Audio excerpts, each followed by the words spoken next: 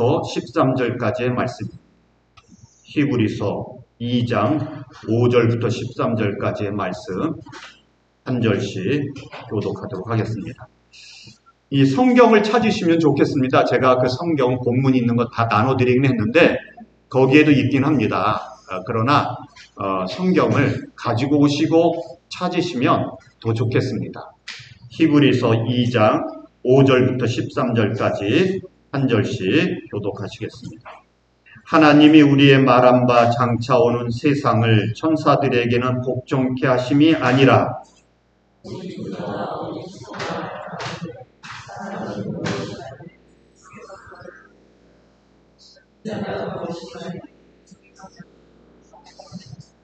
저를 잠깐 동안 천사보다 못하게 하시며 영광과 존귀로 관 씌우시며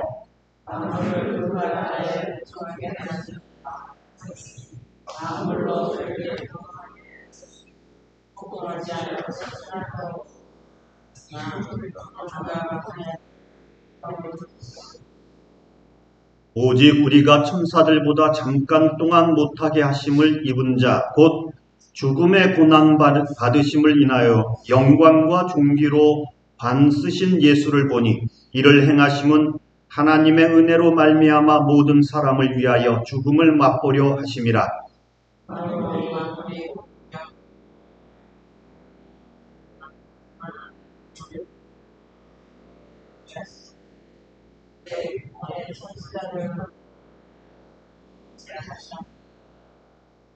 거룩하게 하시는 자와 거룩하게 함을 입은 자들이 다 하나에서 난지라. 그러므로 형제라 부르시기를 부끄러워 아니하시고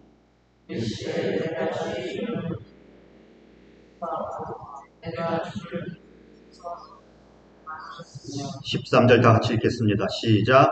또다시 내가 그를 의지하리라 하시고 또다시 볼지어다 나와 및 하나님께서 내게 주신 자녀라 하셨으니 아멘. 여기까지만 보겠습니다. 저희가 이 본당 넓은 데서 띄엄띄엄 앉아서 예배를 드리다가 이렇게 이제 아래층 내려와서 이렇게 뭡니까 컴팩트하게 서로 막 붙여 앉아서 이렇게 예배 드리니까 옛날 정말 옛날 교회 저 어렸을 때 다니던 교회가 이렇게 들어가면 가만히 깔려있고 다들 신발 벗고 들어가가지고 앉아서 예배 드리던 그래서 옆 사람하고 이렇게 가깝게 붙어 앉아있던 그러던 시절이 생각이 납니다. 스티브 잡스가 돌아가신 애플 거기가 그 건물을 지을 때 화장실을 하나를 만들었었대요. 하나만. 그 이유가 뭐냐 그랬더니 화장실을 가면서 서로 좀 교류를 해라. 만나라. 이 가까이 있고 사람을 만나야지 이 크리에이티브한 게 창조적인 게 많이 나오는데 화장실을 많이 만들면 만날 일이 없지 않느냐 그랬답니다. 그래서 직원들이 데모를 해가지고 2개를 만들었대요. 제가 생각하기는 스티브 잡스는 원래 2개가 계획이었는데 하나라고 얘기한 것이 아닐까 이렇게 생각이 들긴 하는데 여튼 뭐 자주 만나고 가까워지면 더 좋다는 거죠. 이 영적인 부분도 그런 게 있지 않을까 싶은데 오히려 이렇게 좀 내려와서 예배 드리니까 좁기는 하지만 그러나 더 은혜로운 시간이 될 수 있기를 바랍니다. 우리가 예수 믿어 가는 중에 이 시험을 만나면 고난을 만나면 이런 생각들을 꼭 하실 겁니다.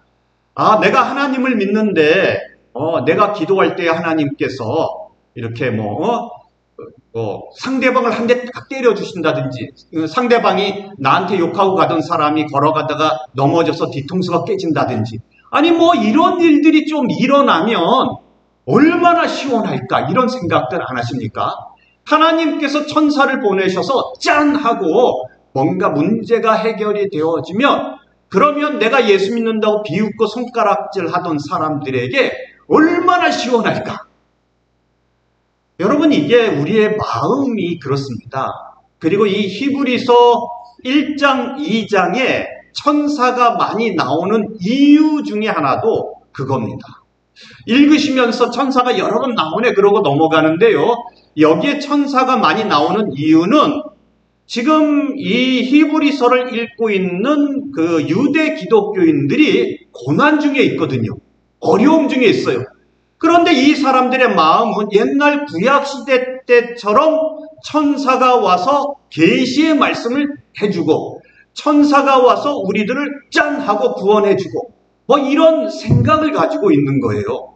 그런데 이 히브리서 성경 말씀 뭐라고 말하냐면 그런 천사보다 훨씬 더 크고 힘있고 능력 있는 분이 있으니 누구라고요?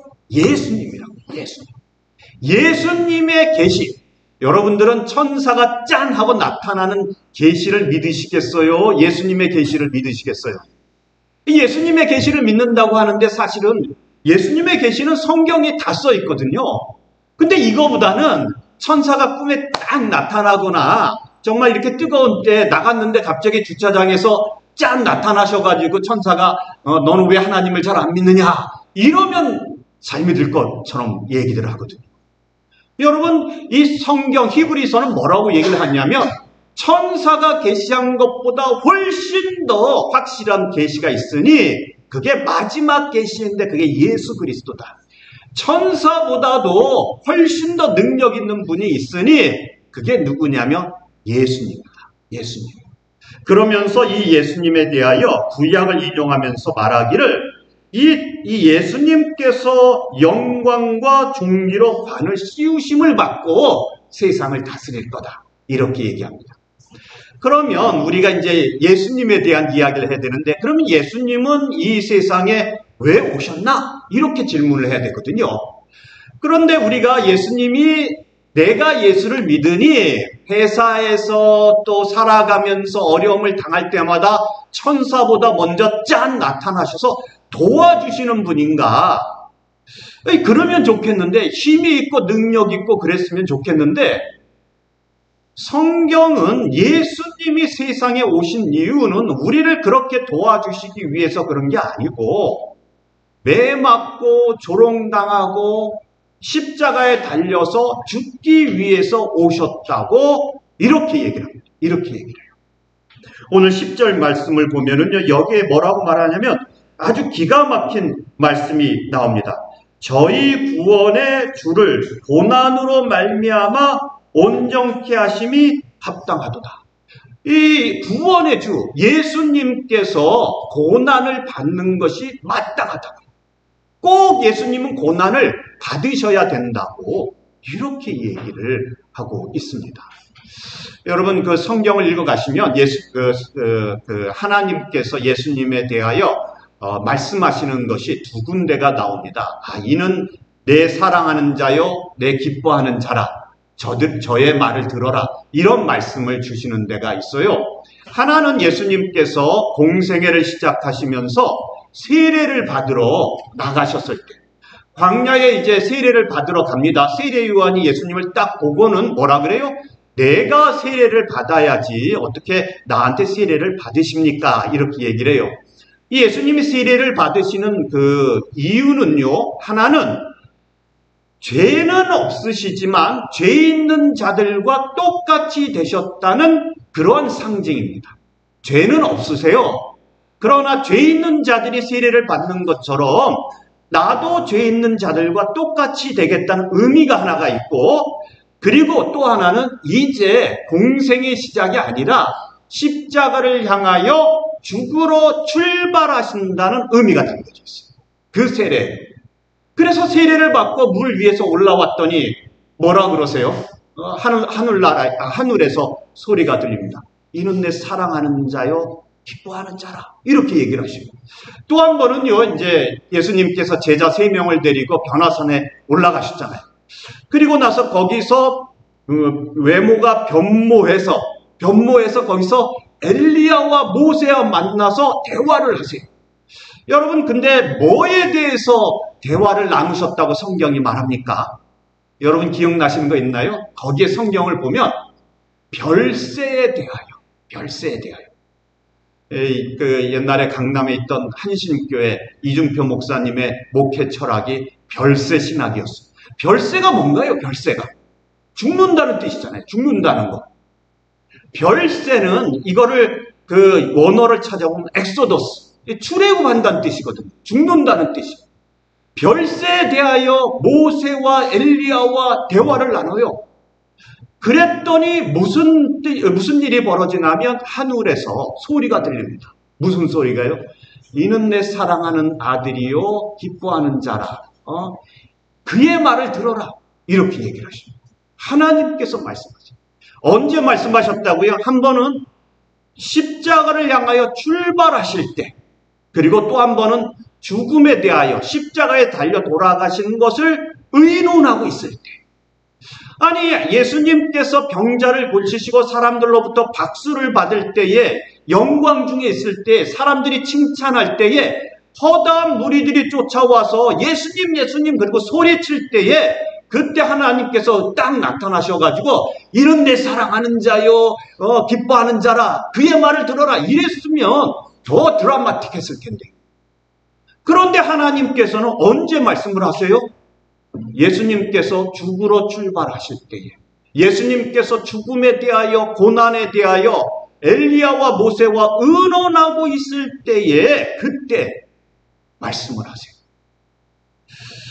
여러분, 이게요, 예수님의 고난은 이거는요 꼭 필요한 겁니다. 꼭 필요한 거예요. 그 고난이 있어야지만 된 거예요.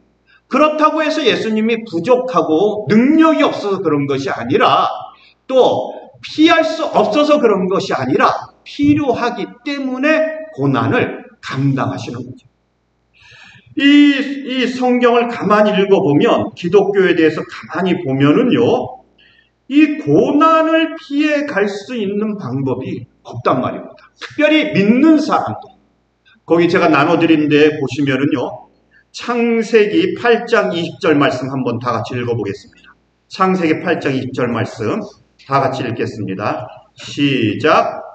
노아가 여호와를 위하여 단을 쌓고 모든 정결한 짐승 중에서와 모든 정결한 새 중에서 취하여 번제로 단을 내드렸더니, 저는 이 성경을 읽을 때 참 이상하다고 느꼈어요. 여러분, 홍수가 온다 그래요. 그래서 성령의 감동을 받아서 짐승들이 각 쌍으로 이렇게 들어갔단 말입니다. 7쌍, 부정한 것은 2쌍, 이렇게 해서 방주로 다 들어갔어요. 그리고 이제 방주에서 생활하다가 나왔어요. 그리고 이제 이 방주에서 나왔으면 뭐예요? 목숨이 구원받은 거지 않습니까? 구원받은 거예요. 그리고 나서 이제 요 본문은 이제 땅에 정착을 했어요. 방주가 섰단 말입니다. 그리고 하나님께 제사를 지내요. 하나님께 제사를 지내는데 홍수를 피해서 목숨을 건져 놨더니 노아가 뭐라 그래요? 너 이리 와라. 네가 제물이 되어야겠다. 아니, 그 쓸모없고 그 부정하고 그 안 좋은 것들도 많잖아요. 그런데 어디서 골랐어요?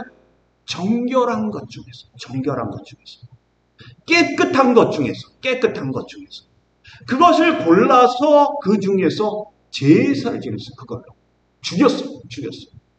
홍수를 피해서 살아났더니 하나님께 바쳐지는 제물이 되어지는 거죠. 여러분, 이것이 하나님의 법칙입니다. 이것이 하나님께서 세상을 구원하시는 방법이에요. 죄 있는 자들을 위해서 죄 없는 자를 죽이시는 방법. 부정하고 혼탁하고 더러운 세상을 위해서 하나님을 믿는 기독교인들에게 책임을 물으시는 방법. 이게 하나님의 방법이에요. 그래서 예수님께서 이 고난의 길을 걸어가게 되어지시는 거죠.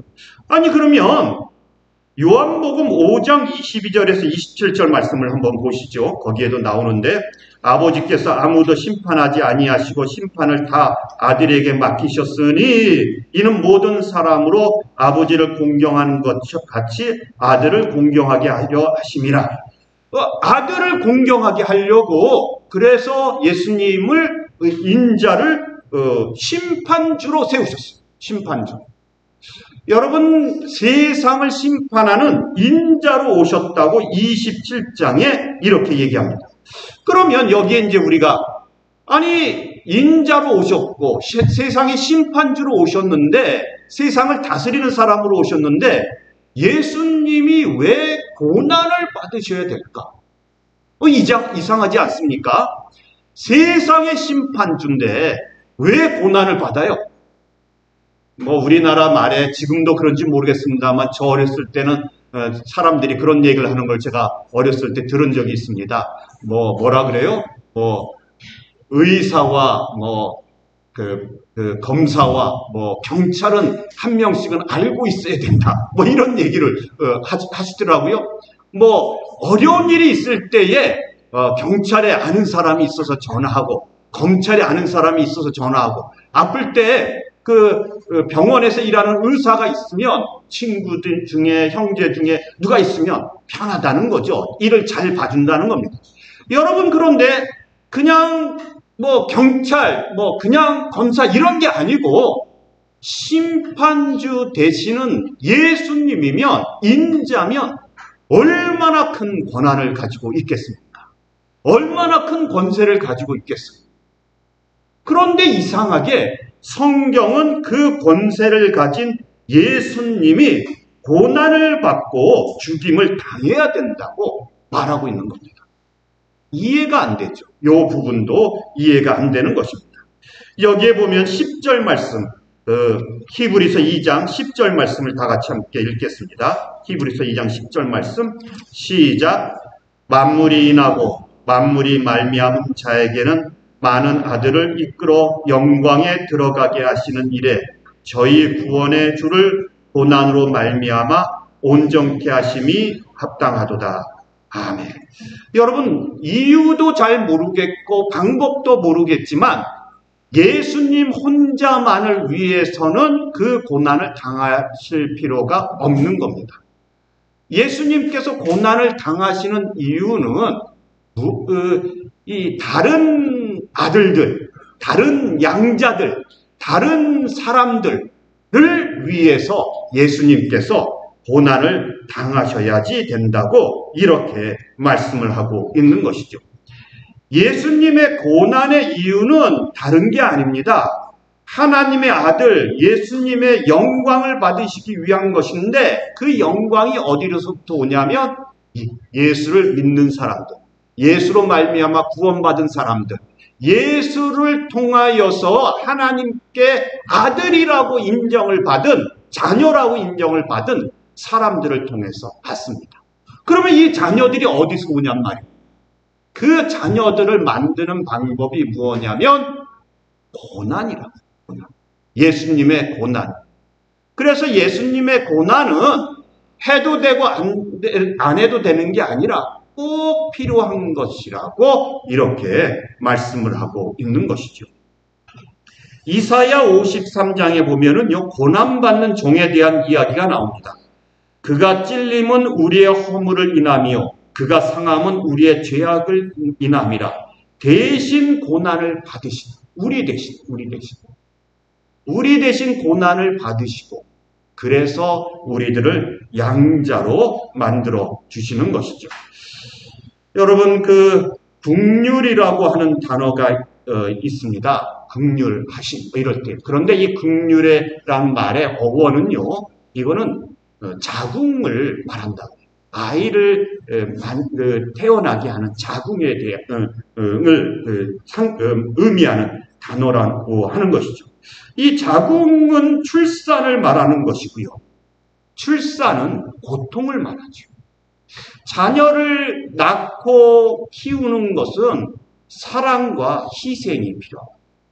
그냥 우리가 내가 돈이 있고 내가 권세가 있다고 해서 자녀들이 그냥 돈과 권세 속에서 자라는 것은 아니에요. 자녀가 자라나려면 내가 아무리 돈이 있고 권세가 있어도 함께 시간을 보내고 함께하는 그러한 것들이 필요하죠. 사랑이 필요하고요. 희생이 필요하고. 여러분, 그 자녀들과 함께하는 시간이 없으면 자녀들을 키운다고, 양육한다고 말하기 어렵습니다.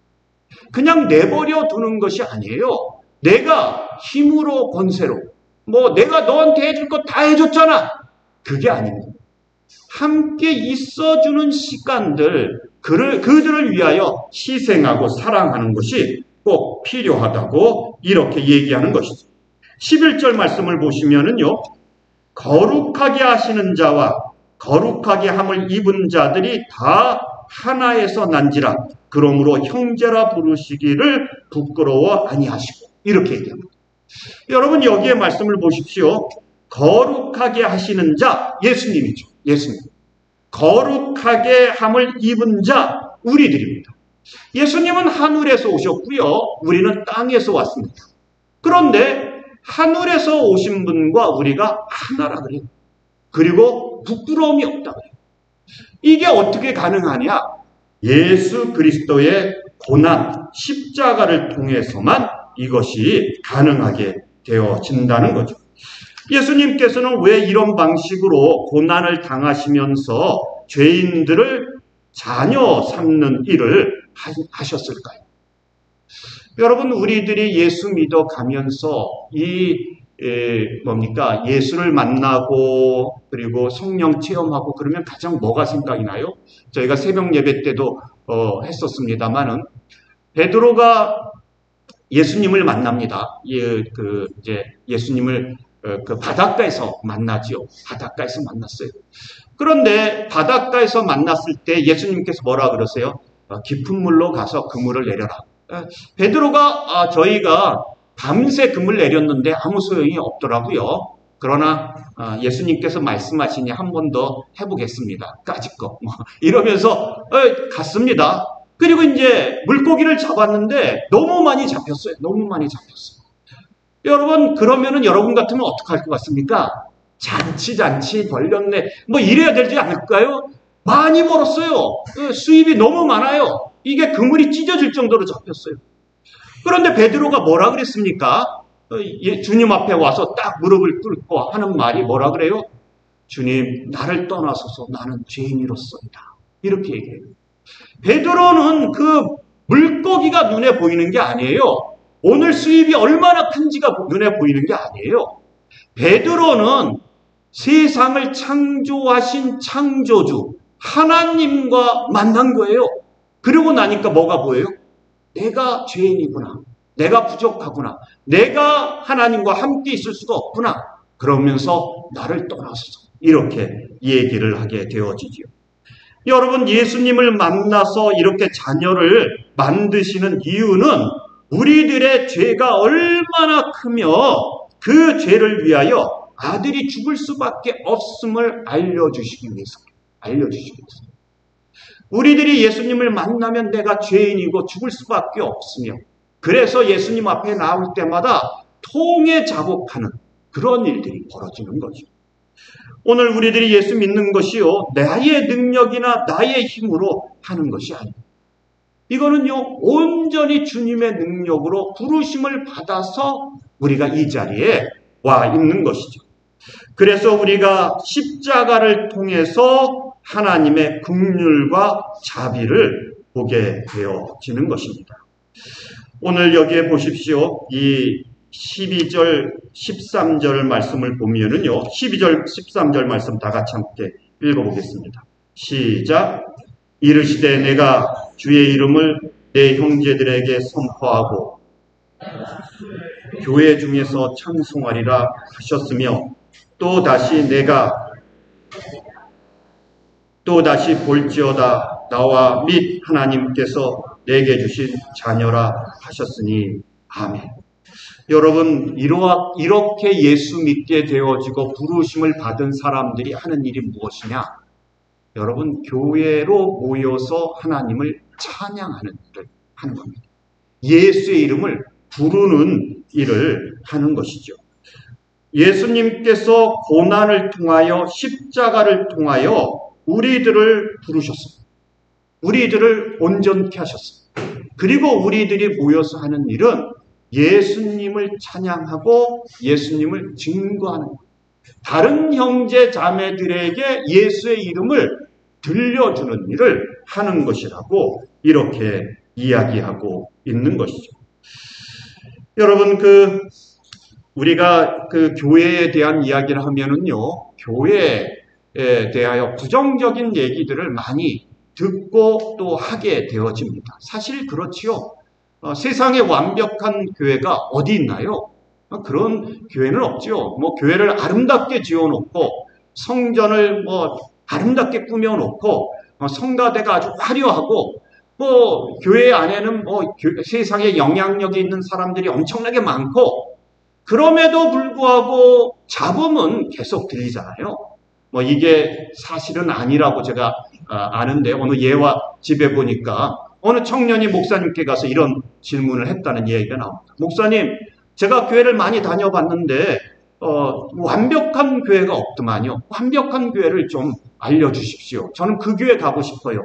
이렇게 얘기를 했다 그래요. 그래서 목사님이 그 청년의 얘기를 다 듣고는 세상에 그런 교회는 없다네. 그리고 그런 교회가 있어도 자네는 가지 말게. 자네가 가는 순간 완벽한 교회가 아니게 되네. 이렇게 얘기를 했다 그래요. 여러분, 교회는 완벽하지 않아요. 사람의 입장에서 보면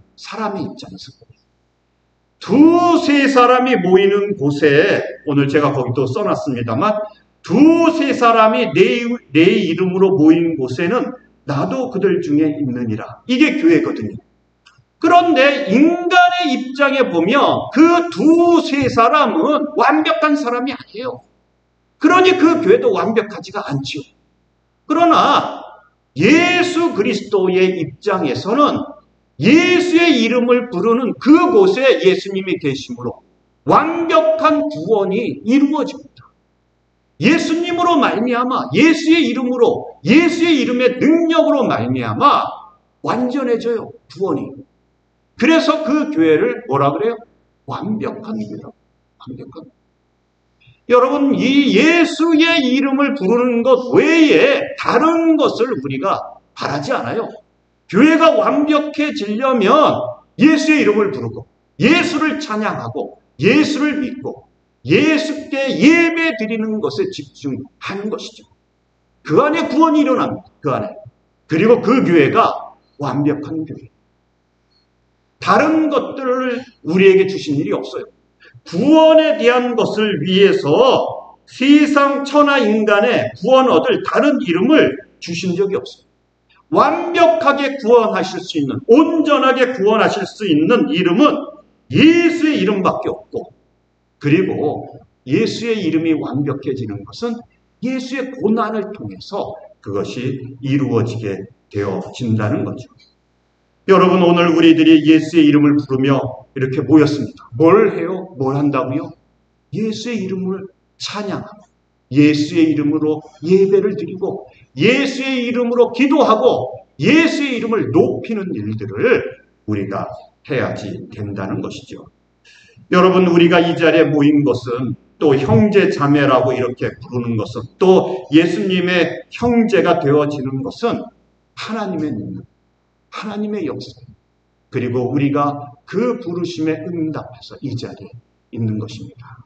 여러분, 이런 구원의 능력에, 구원의 역사에 감사하는 여러분들 다 되시기를 바랍니다. 다 같이 잠깐 통성으로 기도하겠습니다. 하나님, 우리가 이 구원의 역사에 동참하게 하여 주옵소서.